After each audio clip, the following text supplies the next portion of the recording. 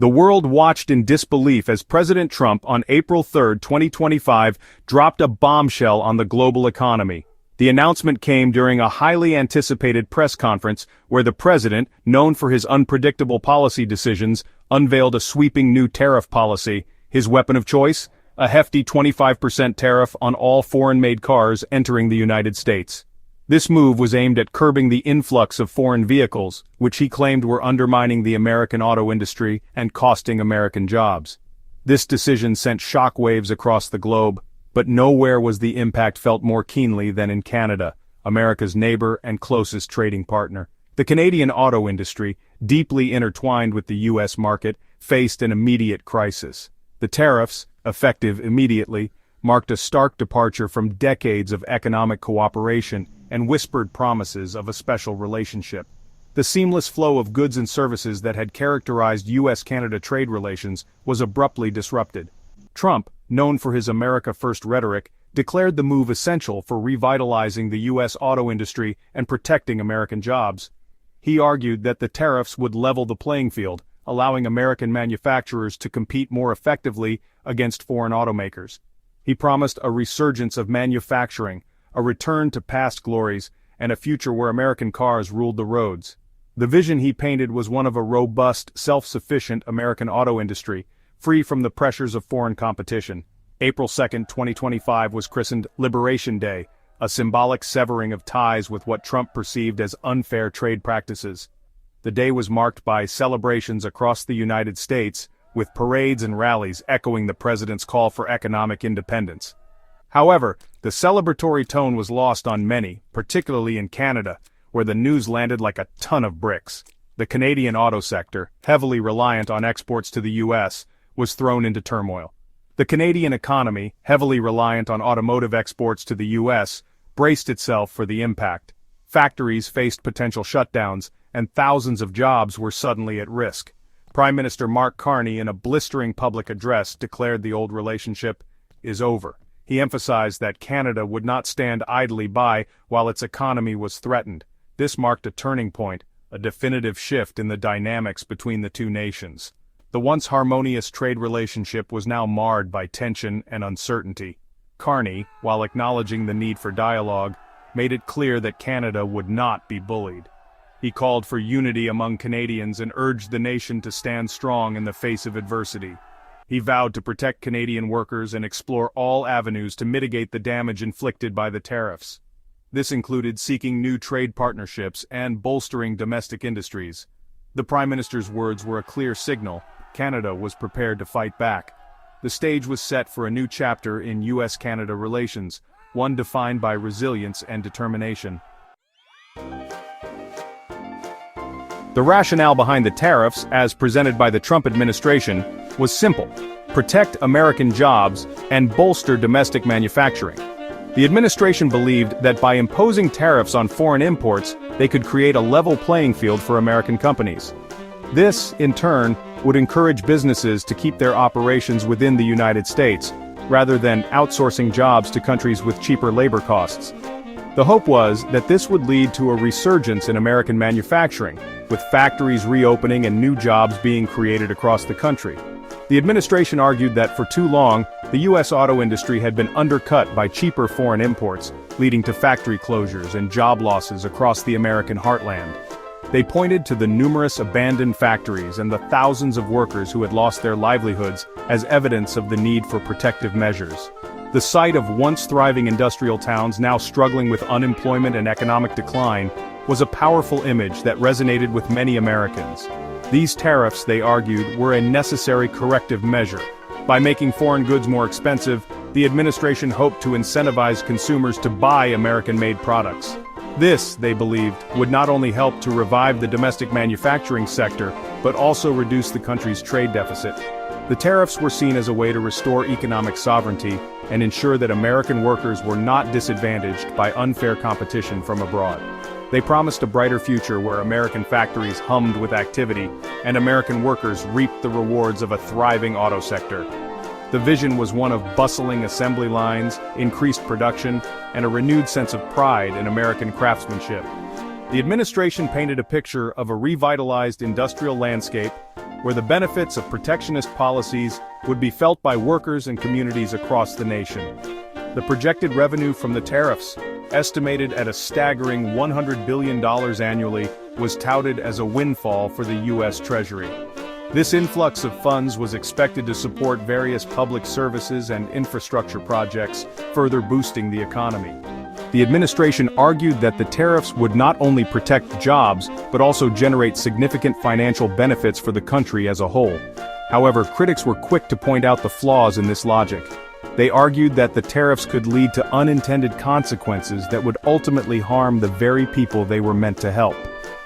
Economists and industry experts warned that the increased costs of imported goods could be passed on to consumers, leading to higher prices for everyday items. This, they argued, would disproportionately affect low-income families who could least afford the price hikes.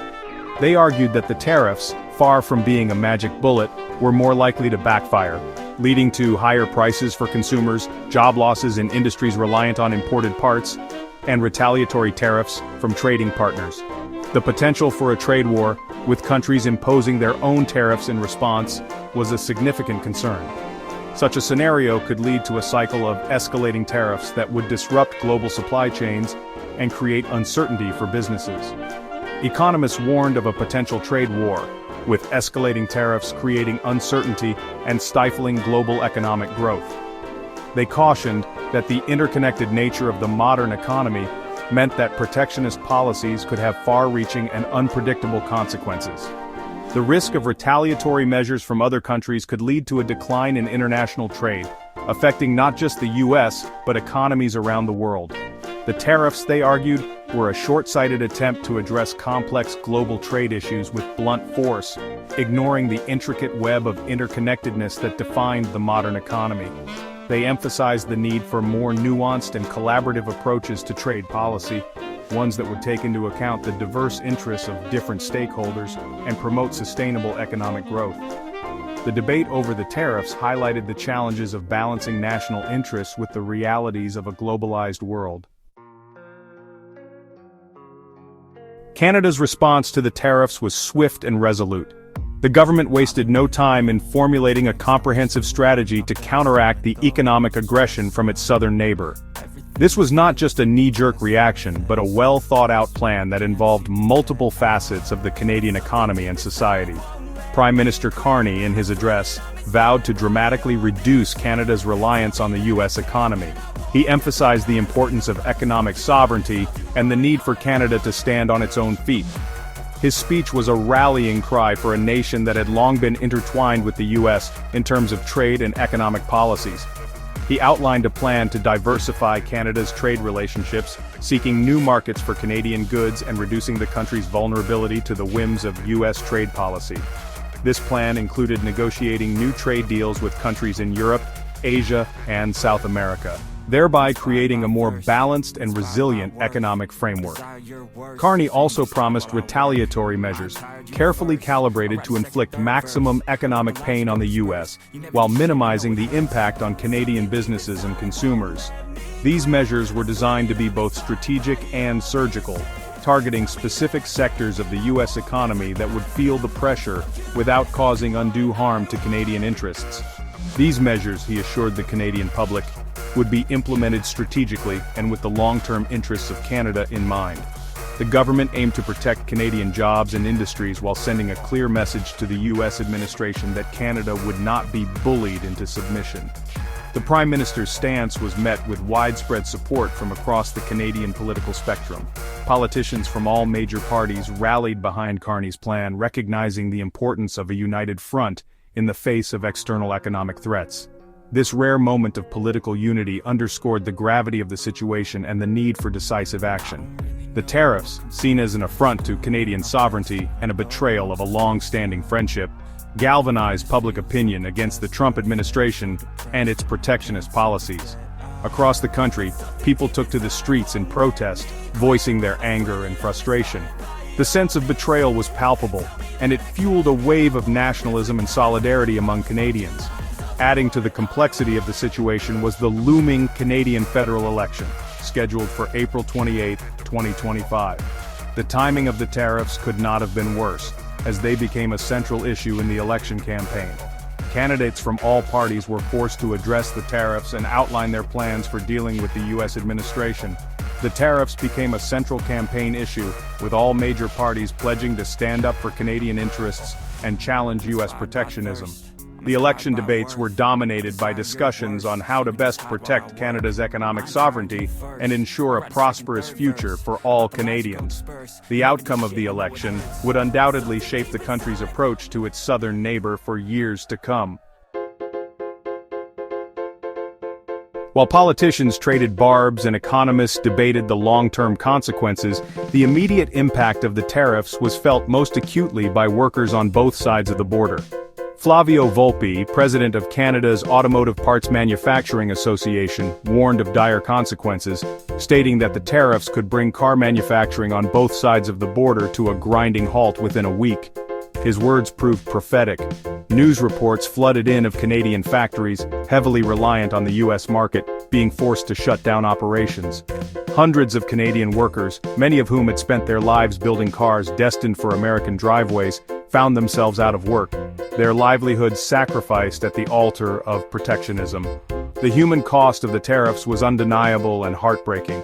Families struggled to make ends meet, their dreams put on hold as the uncertainty of the future loomed large. The tariffs, initially conceived as a tool to protect American jobs, had inadvertently triggered a wave of job losses in a country that had long been considered a friend and ally.